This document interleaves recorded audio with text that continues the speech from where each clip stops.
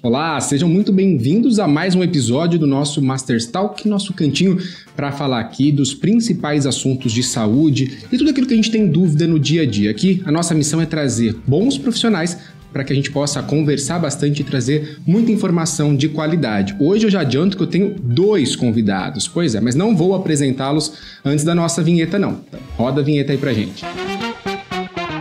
Pois é, como eu já adiantei, hoje a gente tem 2 convidados por aqui. Dr. Auro, que a gente já conhece há um bom tempo, vive com a gente aqui toda semana, a gente tá tirando João. dúvida, principalmente dos pacientes aí, mais né? uma semana aqui. Show de bola. E hoje a gente convidou também a Fabiana, que é psicóloga e vai poder falar um pouquinho mais sobre isso. E acho que esse assunto é muito legal, né? Porque a gente vai falar aqui um pouquinho de um tema, vamos lá, transtorno disfórmico corporal, que tem a ver com a área de vocês dois. Então vai ser um papo muito gostoso, né? Certamente, eu adorei o convite, fiquei super honrada. E é um tema que precisa ser dito mesmo, falado. Esse nome complicado, transtorno dismórfico, né? Corporal. Pois é, é difícil mesmo.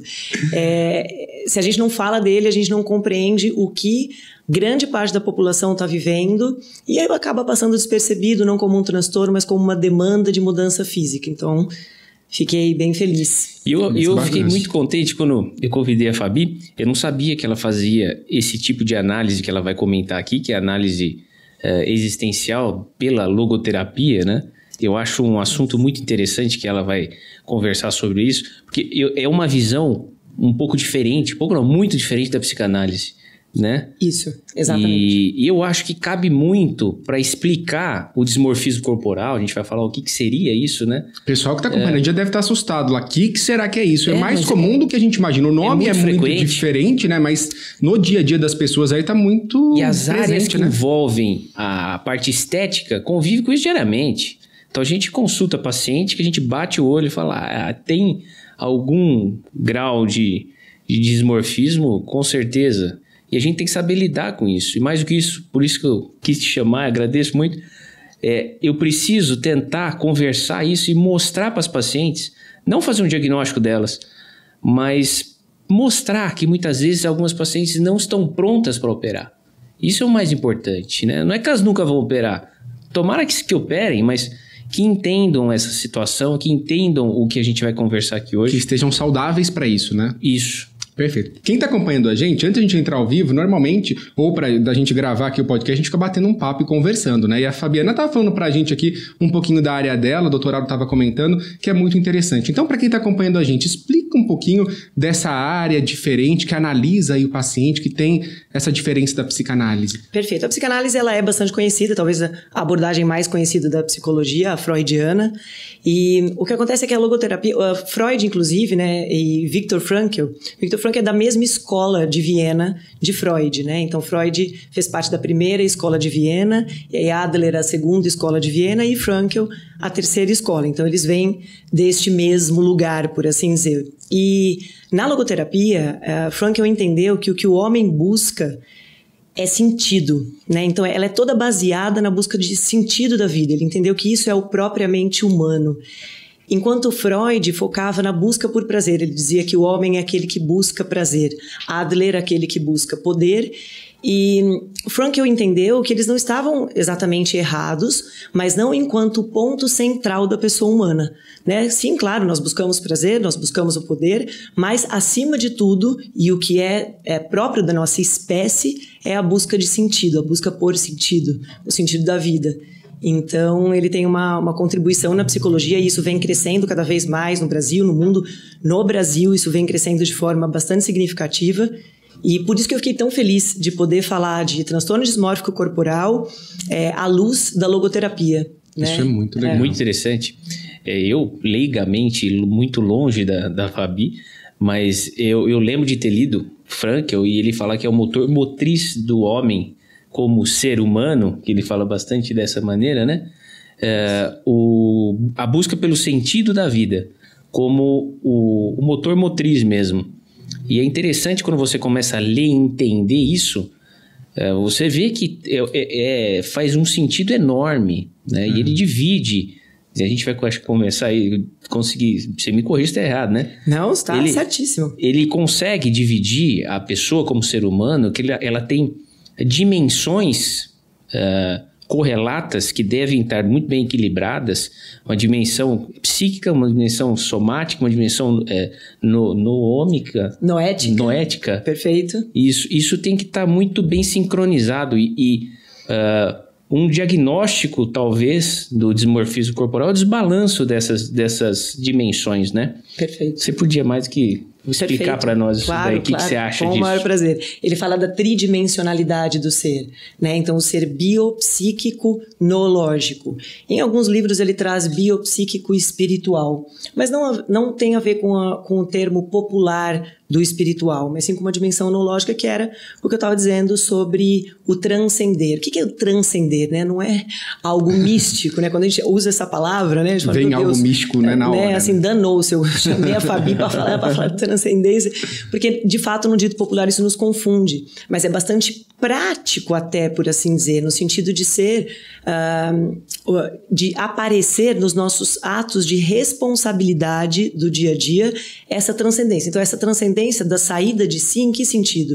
No sentido de que o sentido está para fora da gente. Então, eu sou uma pessoa bondosa, eu tenho os meus atos, o Auro estuda, ele se dedica à cirurgia por algo, por alguém que está para além dele. Então, você falou da sua carga de trabalho, do tanto que você o faz, e eu até falei, né, bom, tá na sua vocação, já se encontrou. Se a gente consegue, né, inclusive ter toda essa doação para essas coisas, ter toda essa dedicação, a gente não o faz, ou pelo menos não o deveríamos fazer, com uma justificativa centrada em nós mesmos, né? Então eu quero atingir um sucesso, eu quero ganhar muito dinheiro, eu quero...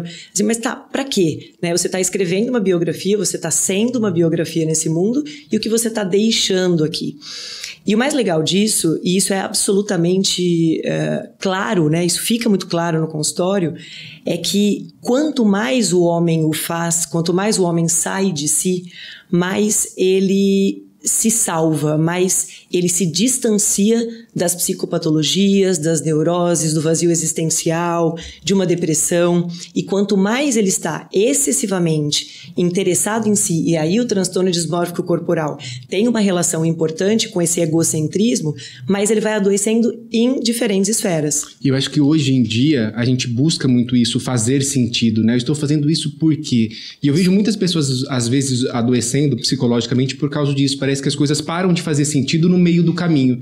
E aí que eu acho que está o grande problema, né? Isso aqui já... Perfeito. Eu fiz uma universidade para fazer um curso, aquilo parou de fazer sentido no meio do caminho, eu fico insistindo naquilo. Hoje a gente consegue mudar o caminho e vamos encontrar o que faz sentido hoje, né? Inclusive é uma frase muito presente da minha terapeuta, assim, isso faz sentido para você? Isso. E eu acho que é uma das grandes perguntas da vida, né? Está fazendo sentido agora? E chega ao estágio de vazio existencial, que ele também fala, né? As patologias da falta do valor de sentido, né? Quando se a pessoa se desvirtua disso, a pessoa perde de ter sentido em alguma coisa e entra no vazio existencial. Mas eu acho que é importante pra gente, principalmente, entender hoje qual vai ser o assunto e a gente se perguntar, né? Se está fazendo sentido pra gente, se entender nessa questão pra poder entender outros assuntos. Mas é pra tentar afunilar, pra gente voltar misturar isso pro nosso assunto.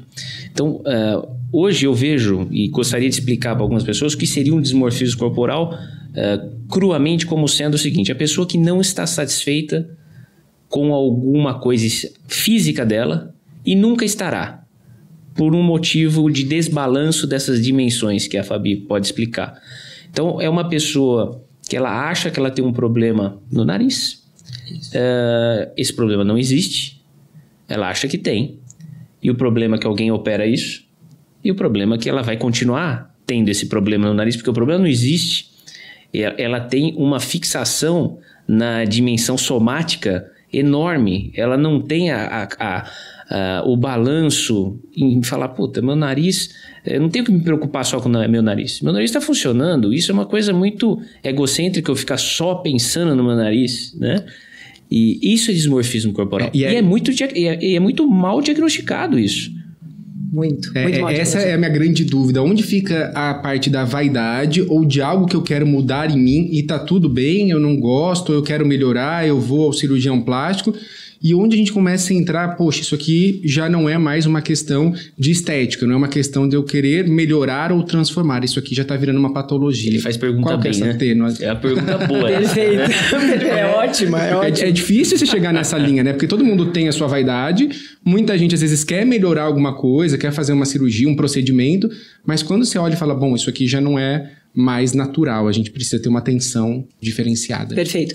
Primeiro que sempre há, nesse caso do transtorno, uma dissociação com a realidade, né? Até o relativismo, ele não vem a contribuir nesse aspecto, né? Porque se eu me sinto assim, se para mim isso é importante, a gente tem que tomar muito cuidado com essa condição do relativismo, porque necessariamente vai cair nesse lugar onde a gente acaba normalizando sintomas patológicos, e muitos acabam, né, fazendo de fato as cirurgias para isso, que é um absurdo. O Auro até, quando me convidou, eu falei, Auro, você quer que eu fale de transtorno dismórfico corporal? Mas assim, não há demanda cirúrgica. Ele falou, a ideia é exatamente essa. Eu achei isso muito sensacional. Assim, né, tem pessoas que não têm essa demanda cirúrgica. E por que as pessoas buscam a cirurgia?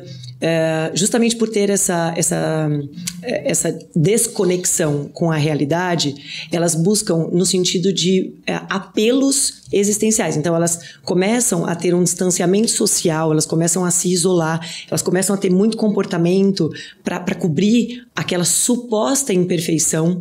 Às vezes, há, de fato, alguma pequena característica sobre aquilo, mas que ela enxerga numa dimensão muito maior. É como se potencializasse muito. Isso. Uma coisa muito pequena, perfeito. Teoricamente, ela vê aquilo como um grande problema. E aí, o centro da questão, então, respondendo a sua pergunta, acaba sendo a estética na existência desse ser. Em que sentido? Se eu não mudar isso, eu não serei feliz. Né? Pegando um gancho um pouco de uma cirurgia bariátrica, por isso que precisa da preparação psicológica, porque a pessoa de fato acredita que ela só vai ser feliz se ela emagrecer. E aí ela emagrece e começa a se questionar e falar, ops, cadê aquela felicidade? Se ela não tem uma preparação do propósito, e por isso que a logoterapia tem uma contribuição incrível, porque quando você começa a avaliar esse paciente e perceber o sentido disso, né, eventualmente tá insatisfeito, tá um pouco desconfortável em relação ao marido, teve filhos, né, ou se descuidou durante muito tempo, acaba não se reconhecendo mais. Então, existe demanda cirúrgica? Certamente, mas não meio a um transtorno. Então, o ponto central é para que eu faria aquilo. Qual é a justificativa? O quanto aquilo te atrapalha no dia a dia. Eu deixo de sair, eu deixo de te colocar uma roupa mais que mostra mais meu corpo próximo do meu marido, eu deixo de ir na piscina, aí você já está mexendo na sua rotina ali, aí já é um problema. Aquilo como a peça fundamental para mudar a vida dela. Isso. Né? Ela não vai... tem muitas pacientes que imaginam, principalmente em momentos de crise na vida dela, e elas colocam o foco em cima da cirurgia de uma maneira extremamente perigosa, que ela pensa que a cirurgia vai mudar a vida dela, que a cirurgia vai salvar o casamento dela, a cirurgia vai fazer com que ela consiga um ganho de trabalho diferente. E é muito difícil e perigoso não diagnosticar isso daí, porque a pessoa, a partir do momento que opera uma situação dessa, um paciente desse, o médico está extremamente complicado, porque não vai mudar nada na vida dela. Ela vai criar uma expectativa gigantesca que pós-cirúrgico ela não vai ter. E aí eu acho que vai ser uma decepção muito maior, né? Eu acho que a chance desse paciente ter um problema psicológico muito maior aumenta muito, né? Porque eu tô esperando aquilo não vem, e aí vem uma decepção muito grande nesse pós-cirúrgico, né? Isso. E isso é crescente, né? Literalmente alimenta. Porque o indivíduo, quando ele... e o nosso cérebro, ele é muito traidor até nesse aspecto, né? Porque quanto mais você alimenta uma recompensa imediata, mais você vai desejá-la. Por isso que as pessoas começam a se perder na cirurgia de demanda cirúrgica. Eu sempre olho algumas fotos de algumas mulheres, né, famosas, depois de alguns anos, a senhora fala, meu Deus, quem operou essa mulher? E quem foi o cirurgião? Mas ela quis operar o que operou, topou, né? Exato. Quem é mais louco? Exatamente. Então, como isso é crescente, a pessoa vai perdendo absolutamente a noção do belo. E noção do belo a gente encontra através da arte. Tem tantas ferramentas, através da arte, através da literatura. A gente treina o nosso olhar para isso, né? Tem muito comportamento de nobreza que nos conduz a isso. Então, se a gente não tem um cuidado com esse alimento, né, na condição cerebral, que eu digo, da recompensa imediata, ele vai sendo crescente. Se a gente fosse resumir bastante aqui, o que salva isso em termos de estrutura cerebral é ativar o córtex pré-frontal, porque ele é responsável por tudo aquilo que é mais árduo, por tudo aquilo que é mais difícil. Então as conquistas nobres, elas se dão através de comportamentos diários em direção a algo que está edificando, que está construindo, que está trazendo valor para a vida dela. Enquanto que essas recompensas imediatas, essas soluções aparentemente rápidas e talvez únicas para a vida dela, vai inundar o sistema límbico, como se ela precisasse fugir o tempo inteiro de alguma realidade, de alguma coisa. Não sei se eu me fiz ser entendida aqui de forma bem resumida. Claro. É muito claro. Eu estava aqui lembrando de uma entrevista que eu vi da Gisele Bündchen uma vez, que foi considerada uma das mulheres mais lindas do mundo e tal, né? E ela falou que logo no início da carreira o problema dela era com o nariz, que ela tinha um nariz muito grande e não estava dentro do padrão. E ela vinha ouvindo vários nãos por conta disso. E anos depois ela foi valorizada justamente pelo nariz, porque ela conseguiu criar a personalidade dela, a modelo que andava desengonçada, fora do padrão do caminhar da passarela, a modelo que tinha o nariz diferenciado. Isso tudo acabou trazendo para a carreira dela, se tornou a modelo mais cobiçada do mundo pela personalidade e pelo nariz. Talvez se lá atrás ela tivesse feito a cirurgia, corrigido o nariz e andado como qualquer outra modelo na passarela, não tivesse virado nada. Então é um pouco disso. Ela trouxe um sentido para aquilo, ela trouxe uma verdade para o trabalho dela, ela acreditou nela e aí ela se tornou a potência. O que eu fico pensando muito, eu penso muito nessas coisas, principalmente porque eu lido com uma área extremamente, muitas pessoas acham superficial, né? A estética, ela quando mal conduzida, ela se torna muito superficial. E eu penso muito nisso, praticamente não todo dia, mas quase. Eu acho que o mundo hoje vive uma superficialidade e uma falta, uma busca por fugas cada vez maior. Não fuga, eu tô falando só em mudar o corpo, nada. Fugas de toda que é maneira. Pessoa que quer comprar coisa que não precisa, pessoas que querem... Eu não consigo me expressar de uma maneira correta nisso, porque eu não valores. Tenho... Isso. Valores. É perda de valores básicos. E a cirurgia plástica, ela entra nisso em alguns pontos. E a gente precisa frear isso. Eu falo que a paciente que tem uma excelente satisfação é a paciente bem escolhida. E para escolher bem a paciente, o cara precisa pensar nisso. O cara que vai operar precisa pensar nisso. Porque você pode estar enfiando ela numa fria enorme. Além de você se colocar numa fria enorme. Eu atendo todo dia meninas que chegam aqui que querem ou colocar prótese em mama, só que tem a mama bonita. Uhum. Perfeito. E por que quer colocar? Porque vê na rede social, porque faz o comparativo com pessoas que ela não tem que fazer o comparativo. É aquele maldito padrão, né? Aí todo mundo tá com peito assim, então hoje o peito tá na moda. E é muito louco você pensar que o corpo tá na moda, porque não é uma roupa que você tira, né? Eu quero o peito da moda. Eu quero o maxilar da moda. Eu quero a harmonização da moda. Gente, é o seu corpo, você tem que estar bem com você, né? Você falou algo muito importante, até, não sei se você percebeu isso, mas você fez uma conexão muito grande com a sua pergunta, o seu relato anterior sobre a Gisele, porque a maior beleza do ser humano é o ser individual e irrepetível. O que significa isso? Isso eu sempre falo isso, eu falo isso nas minhas palestras. Eu realmente acho a maior beleza do mundo isso. Eu consigo ter a certeza de que nunca houve nenhuma Fabi e nunca haverá por mais anos de existência que a espécie humana tem. Então, essa condição individual e irrepetível, ela precisa ser preservada. Se a gente segue numa manada, que Frankl chama de neurose em massa, a gente vai se perder miseravelmente. Então, a gente precisa contar de fato com profissionais que estejam bastante dispostos a dizer esses nãos, a não focar nessa condição exclusivamente material, porque certamente tem muitos. Por quê? Porque a beleza, ela está dentro de condições da naturalidade, né? Se você retira isso, você retira a beleza, você retira aquela individualidade.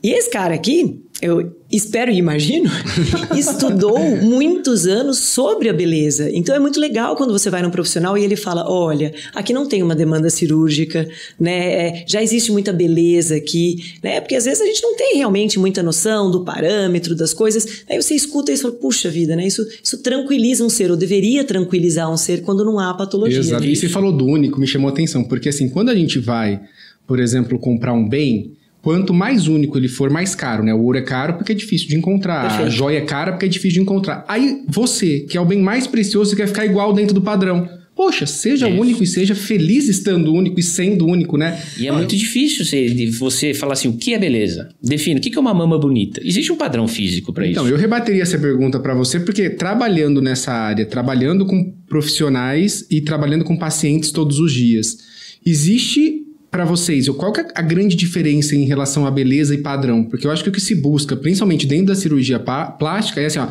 esse peito tá muito grande para esse corpo. Por quê? Por causa do padrão ou por causa da beleza?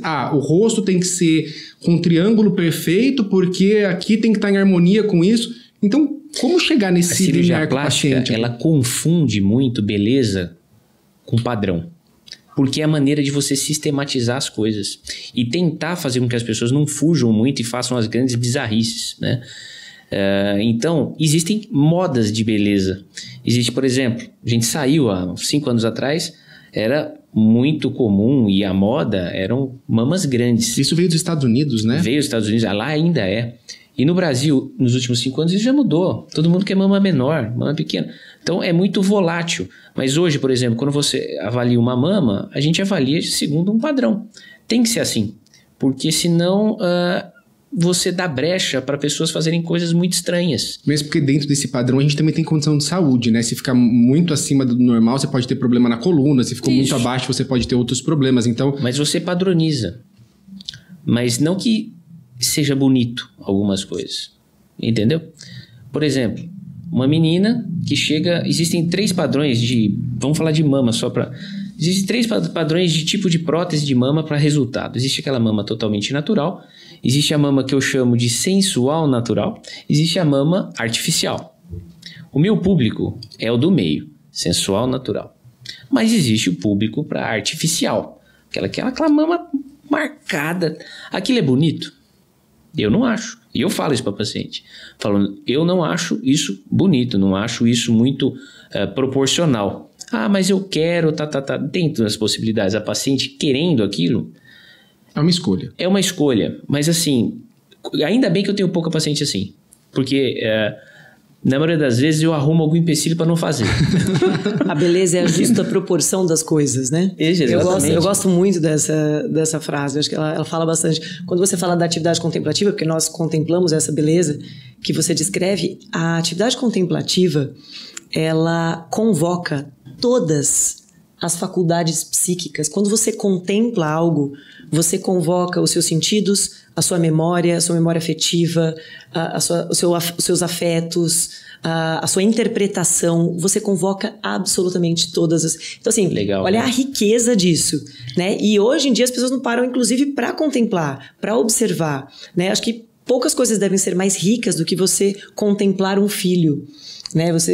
Então, quando a gente contempla, quando a gente treina, inclusive no transtorno dismórfico corporal, certamente há essa debilidade, né? O indivíduo que ele é tão egocêntrico que ele, ao longo do desenvolvimento ali da personalidade dele, ou não deram oportunidades, ou ele não o fez, porque a criança ela é de fato vítima daquilo que a expõe, né? Ela vai naquilo que os pais escolhem, enfim, que o ambiente dela vai sendo formado escolhe para ela. Anos, né? Exato. E se você não treina, então, essa atividade contemplativa, que diz respeito também ao ócio, pensa no início do desenvolvimento da noção de profundidade do bebezinho, com uma tela, com um monte de estímulos ali. Então, hoje em dia é muito fácil que desde sempre a atividade contemplativa fique em quinto plano e olhe lá, né? Justamente por as crianças não conseguirem, não saberem, né, por esse mundo doido, parar, como ninguém as ensinar a contemplar uma obra de arte.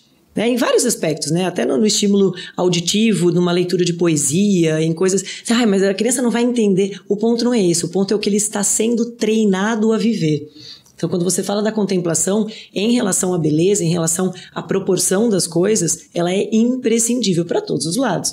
Você como cirurgião, para o paciente, para entender o que ele deseja, né? Então, não tem tem o padrão que protege o cirurgião e tem aquilo que a gente consegue definir como belo, único e belo, né? Existem padrões de beleza em que tentaram e tentam padronizar como as proporções áureas em tudo, né? Isso, para mim, na realidade, eu acho que é uma maneira de sistematizar as coisas.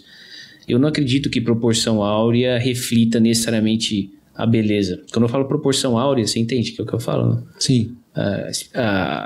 Tudo parte da espiral de Fibonacci, existe uma proporção que isso tem que ser aquilo, em várias obras de arte acharam aquelas proporções, né? Mas eu não acredito que aquilo seja realmente o que significa ser belo, ser bonito.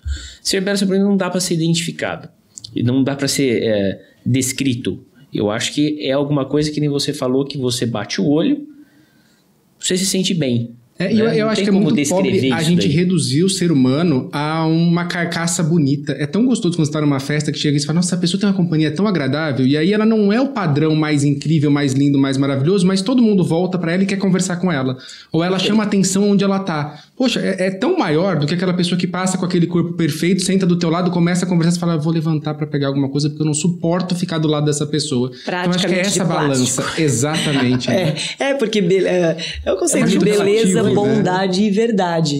Né? A beleza, ela não tem por onde estar dissociada da bondade e ela não tem por onde estar dissociada da verdade. A verdade a gente pode colocar com letra maiúscula ou não, cada um faz essa interpretação, mas quando a gente fala de personalidade humana, claro, devemos cuidar da estética, a gente precisa olhar para isso em vários aspectos, certamente, mas se não há um ser bom ali, o ser que transcende, segundo Frankl, o ser que olha para além de si, o ser que entende por que faz tudo o que faz no sentido de doação, não há um ser de verdade, é um ser de mentira, ou plástico. Então a beleza ela não está dissociada dessas coisas. É muito comum que a gente encontre mulheres muito bonitas, né? A gente fala de mulher porque eu acho que é uma beleza que encanta. A mulher realmente, ela enfeita o mundo, né? Eu não tô puxando sardinha pro meu lado só não, mas eu realmente acho isso. E em 5 minutos ela criou uma versão, a gente não sabe por quê. Falta verdade. Quem é esse ser? Falta beleza associada à bondade, associada à verdade necessariamente. E essa verdade, quando eu falo de desenvolvimento da personalidade, é quando o ser, através do seu trabalho, da sua doação, de tudo, se encontra mais sobre o que deveria ser. Ninguém deveria ser mal, deveria ficar no sofá, não se cuidar, não deveria buscar soluções para os seus problemas. As pessoas devem, né, elas precisam entender que elas devem, de fato, levantar e viver a sua vida nesse aspecto, né, de cumprir com os deveres e de servir a essa sociedade que a gente está. Isso. É muito legal isso aí, né? Muito bacana, porque você começa a pensar mais a fundo sobre a vida, sobre a beleza, sobre e até onde ela vai, né? Não é impressionante, Dostoiévski fala, né? Fala não, né? Ele falava. A beleza salvará o mundo. E uma das justificativas dele para trazer essa frase que é bastante marcante na história dele, é que ele contemplava um quadro que ele mandou fazer uma réplica da Madonna e do Bambino, né, que é de Maria com Jesus. E aquilo o localizava muito, ele conseguia se organizar através da contemplação, quando a vida estava doida, então aquilo lá o acalmava a alma dele. Então ele dizia que a beleza salvará o mundo. Tá tudo em volta disso, né? Quando a gente fala do transtorno, às vezes a pessoa ela tem algo que incomoda ela, que seria algo muito pequeno para as outras pessoas que estão em volta, ou que realmente seja muito pequeno, e aí ela para de ver o todo, é como se uma pequena pinta aqui no rosto a tornasse uma pessoa completamente diferente. Ela foca naquela pinta e deixa de ver tudo de bom que ela tem, e aquilo que é muito pequeno ganha uma proporção muito grande. Seria mais ou menos isso? É exatamente a manifestação egocêntrica do ser. Isso vai sendo, muito aos poucos, construído. Até o clichêzão, né, da criação sem limites fomenta muito essa realidade. Porque quando eu tenho uma criação com os devidos limites, né, que eu realmente amo nessa base, com essa condição de estar mesmo interessado no meu filho, no desenvolvimento dele, eu eu distancio essa personalidade dessa condição egocêntrica. Por quê? Justamente a gente estava falando do cérebro, da condição do cérebro, porque eu treino aquela estrutura toda, desde a Frankl, né, biopsíquico e espiritual, desde a condição biológica do meu filho, do desenvolvimento cerebral, que é tão importante ao longo da infância, no sentido dopaminérgico e etc., até uma condição psíquica, que é ele pensar que, assim, não tem jeito, eu preciso fazer isso. Não é se está prazeroso ou não, né? Que é a criação na base do cumprimento dos deveres, né? Antes de qualquer coisa. E aí, necessariamente, ele vai caminhando para essa autotranscendência.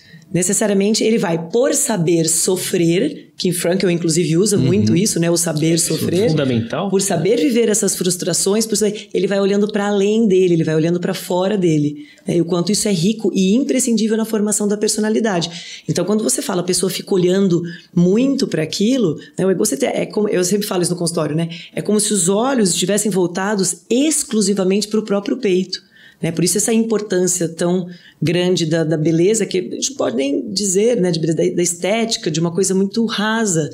Né? Então demanda um processo terapêutico bem importante. Assim.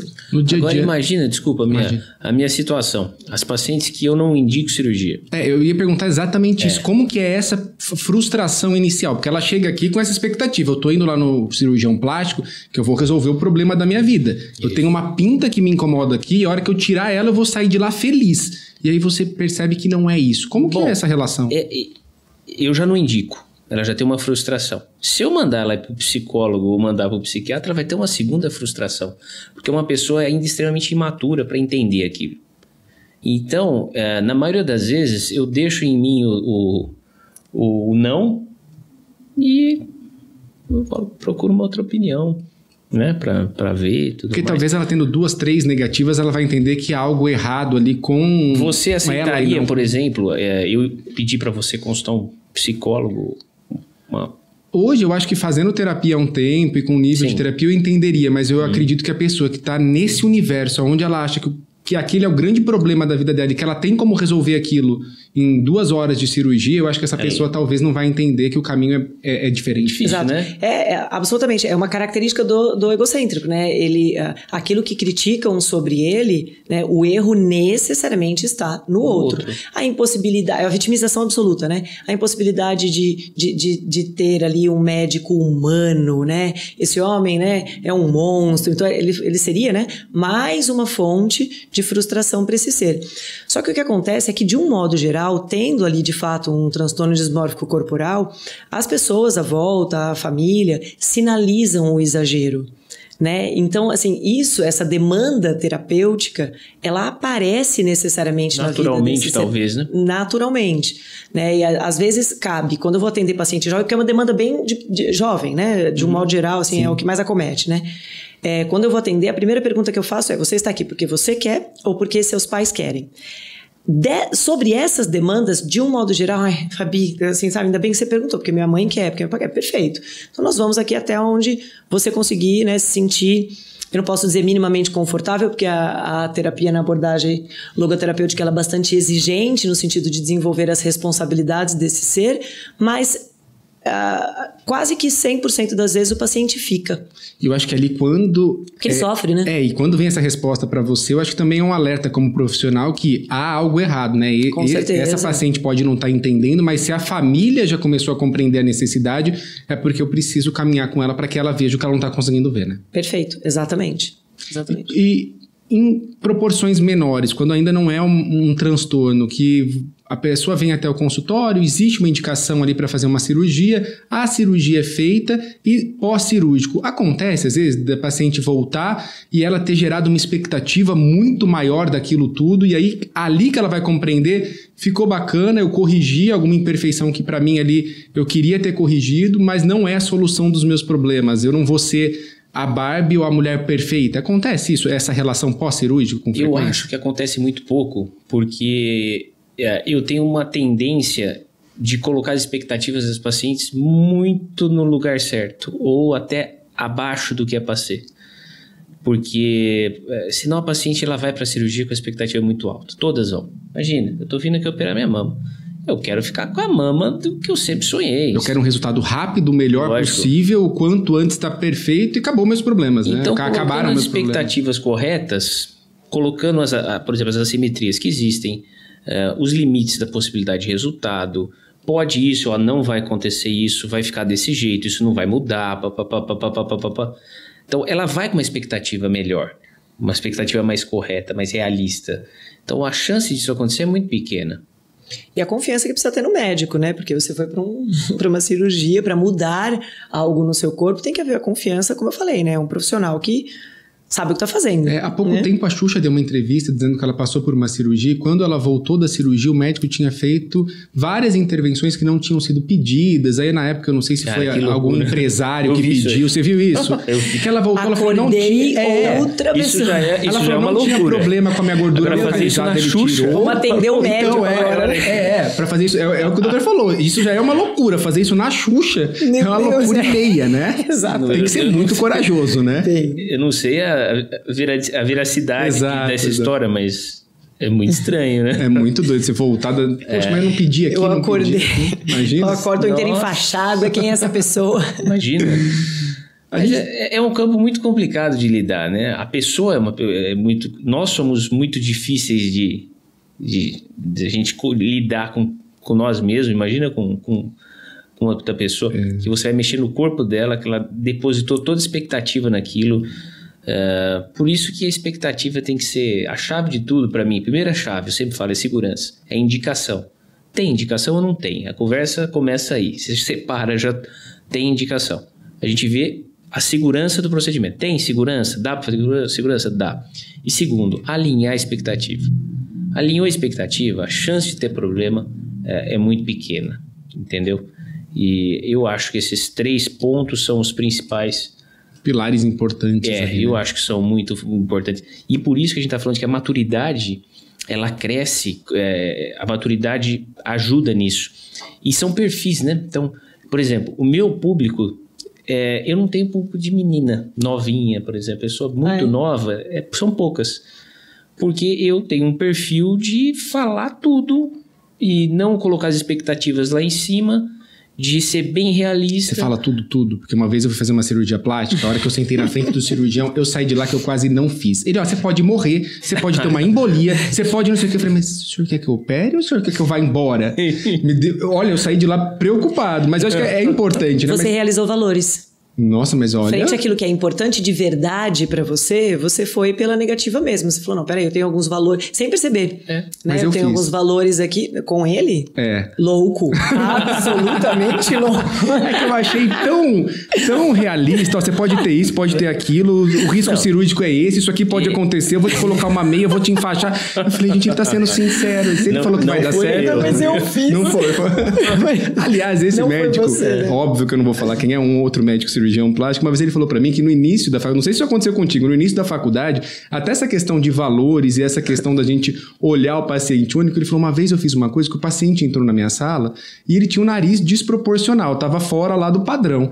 E eu já fui, o nariz que o senhor quer operar, não sei, o nariz nunca tinha incomodado esse homem, era uma outra coisa completa. Ele falou, nunca, eu sempre esperei chegar e falar qual era a queixa. Por favor, né? Porque eu acho que a questão é justamente essa, né? Você sabe que no processo terapêutico isso é o que mais acontece, né? Porque uma coisa é a queixa inicial do paciente, outra coisa é a demanda concreta do paciente. O paciente chega dizendo que tem um problema com a mãe, que tem um problema com o marido, que tem um problema... E quando você vai ver o que está ali de pano de fundo daquilo é totalmente diferente. Às vezes você precisa até limpar um pouquinho do processo ali para conseguir evoluir com aquele paciente. Limpar no sentido de vamos deixar o seu marido um pouquinho de lado essa questão e vamos olhar para outras aqui, né, para deixar essa personalidade, né, essa maturidade um pouquinho mais robusta, para que a gente tenha instrumentos para daí olhar para um casamento ou para outras demandas. Mas eu acho que essa questão é muito interessante, né, porque quando a gente tenta padronizar, a chance, o impulso é justamente esse, né? Não, ele tá precisando arrumar tal coisa, porque eu tô tentando encontrar o padrão. E não, a gente tá ali para ver qual é a queixa daquela paciente, né? E a gente fica imaginando o cirurgião, né? Olhando por aí, né? Você está conversando. Toda anamnese é a história que você colhe do paciente. A primeira linha de toda anamnese é queixa principal. QP, queixa principal. Porque senão você se desfoca. Hoje uma paciente, consultei hoje, agora há pouco, consultou tudo, ela falou assim, doutor, você acha que eu tenho alguma coisa a mais que eu preciso fazer? Falei, imagina que eu vou falar. Sério? Foi hoje. Eu não posso, se você apresentar a queixa, aí eu vou ver se você tem a necessidade ou não. Porque vai se eu falo uma coisa, você nunca pensou naquilo e pra quê? Não para mais de pensar nessa realidade. Ao longo do nosso bate-papo... Desenvolve um transtorno dismórfico corporal. Ao longo do nosso bate-papo, a gente foi falando de alguns sintomas e me veio à cabeça muitos sintomas parecidos com anorexia e bulimia. A gente falou aqui com a doutora Isabela sobre essa doença e principalmente nessa parte que torna esse transtorno visual, né? A pessoa vai pra frente do espelho, ela se vê acima do peso e às vezes ela tá muito abaixo do peso. Tem alguma relação, alguma coisa com outra, essa questão desse tipo de transtorno, de ver algo que não existe ali? Tem a relação sobre as justificativas que nós demos do egocentrismo, de uma importância muito grande que se dá, de uma ausência de valor, mas... entende-se que o transtorno dismórfico corporal, ele habita o lugar do toque, né, do transtorno obsessivo compulsivo. Ele faz parte dentro do grupo de doenças de transtornos obsessivos. Exato. É por isso que tem o fator, que eles falam que tem o fator genético, né? O fator genético é aquele que você nunca consegue comprovar direito, mas eles entendem que tem o fator genético e eles não fazem tanto essa associação. Tem Ai, gente, como é que chama isso? Eu não vou lembrar o nome dessa patologia. Que arranca os cabelos, né? A pessoa... Tricotilomania. Isso, perfeito, perfeito. Esse entra dentro dos transtornos dismórficos corporais. Quando há a justificativa de que arranca os cabelos porque acha o cabelo muito fino, muito frágil e quer que eles fiquem mais fortes, né? Quer fortalecer os fios. E aí a pessoa começa a arrancar os cabelos. Entende? Então, os comportamentos, eles são muito apelativos para a solução daquela condição. Por isso o transtorno obsessivo compulsivo, né? Se a gente fosse resumir o transtorno obsessivo compulsivo, né? A obsessão é aquilo que o paciente, o indivíduo pensa muito sobre aquilo, né? Pensamentos obsessivos, e a compulsão que acarreta em comportamentos, então de esconder, de arrancar o cabelo, de se olhar muitas vezes compulsivamente no espelho, né? Então esses estão abaixo do transtorno obsessivo compulsivo, né? Esses outros transtornos estão abaixo do transtorno obsessivo compulsivo. Uma vez, quando eu li sobre transtorno dismórfico corporal, eu vi que fizeram um estudo, olha que interessante. Eles avaliaram pacientes com um distúrbio diagnosticado e fizeram uma análise cerebral de uma maneira que dá para se avaliar a atividade cerebral por consumo de glicose. Eu não lembro o nome do exame, mas se faz isso. E as pessoas que têm transtornos obsessivos, eles têm uma área do córtex, por isso que eu lembro que é orbital medial frontal, que é o córtex pré-frontal, tem uma área menos desenvolvida. Menos desenvolvida? Não, ativa, mais ativa. O consumo de glicose no cérebro do paciente daquela maneira é extremamente ativo naquela área. Enquanto no sistema posterior, no sistema límbico, ele se torna inativo ou menos consumo de glicose.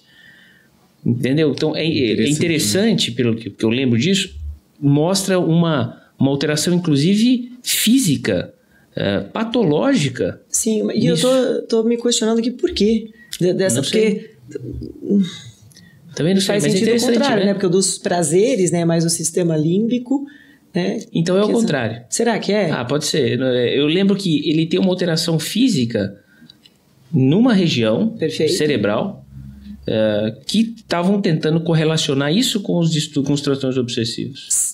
Olha, eu assim, não sei se é isso, né? Eu tô pensando aqui pela lógica, porque o alcoolismo, então, inunda ali, né, o prazer imediato, né, recompensa imediata, inunda o sistema límbico e muda de tamanho o córtex pré-frontal. Diminui, deixa ele preguiçoso, que é responsável por tudo aquilo que é difícil, por uma formação da personalidade. Por isso que eu acho que é o contrário.